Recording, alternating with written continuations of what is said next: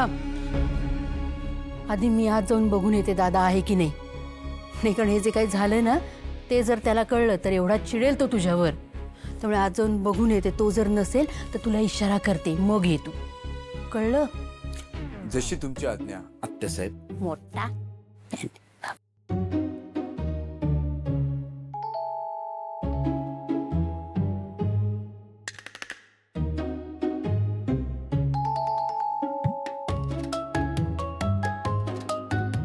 दीप,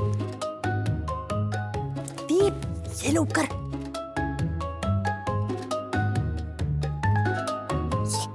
काय ग सुलू, एवढा उशीर कसा झाला? आ, आणि हे काय मानेला काय झालं तुझ्या? केवढं लाल झालं ते? अरे ते काही महत्वाचं नाहीये. अरे मार्केटमध्ये गेले होते ना भाजी आणायला, तर चोराने चेन चोरली माझी. बाप रे, काय सांगतेस काय? हो अरे, दीप होता म्हणून ना, म्हणजे दीपनी त्याचा पाठलाग करून चेन मिळवली म्हणून. तो होता म्हणून. तो होता म्हणूनच चेन चोरीला गेली तुझी.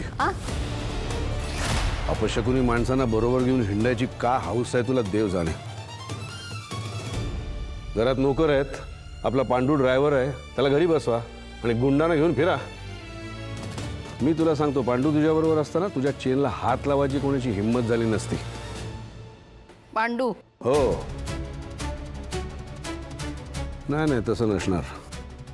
याचं त्या चोरांची काहीतरी ऑलरेडी भांडण झालेलं असणार आणि त्याचा सूड म्हणून त्यांनी टार्गेट केलंय तुला. नाही नाही, असं अजिबात काही झालेलं नाहीये. हे बघ सुलू, तू विषारी सापाला दूध पाजतेस, पण शेवटी साप हा सापच असतो. त्याला कितीही माया लावली ना, तो डंख मारायचा राहत नाही. चल ते औषध लावूया. सर एवढं काही नाहीये, तू फारच बाबा.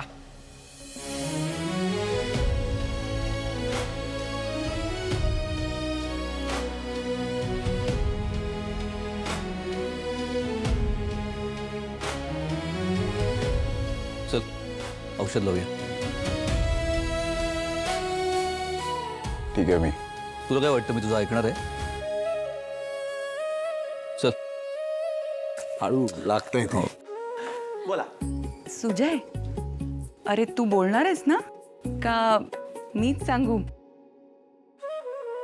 अरे अभिजित, मी सुजयचं लग्न लावून द्यायचं ठरवलंय. काय? अरे वा, अरे किती चांगली बातमी. अभिनंदन मित्रा. अरे कोण आहे ती नशीबवान मुलगी?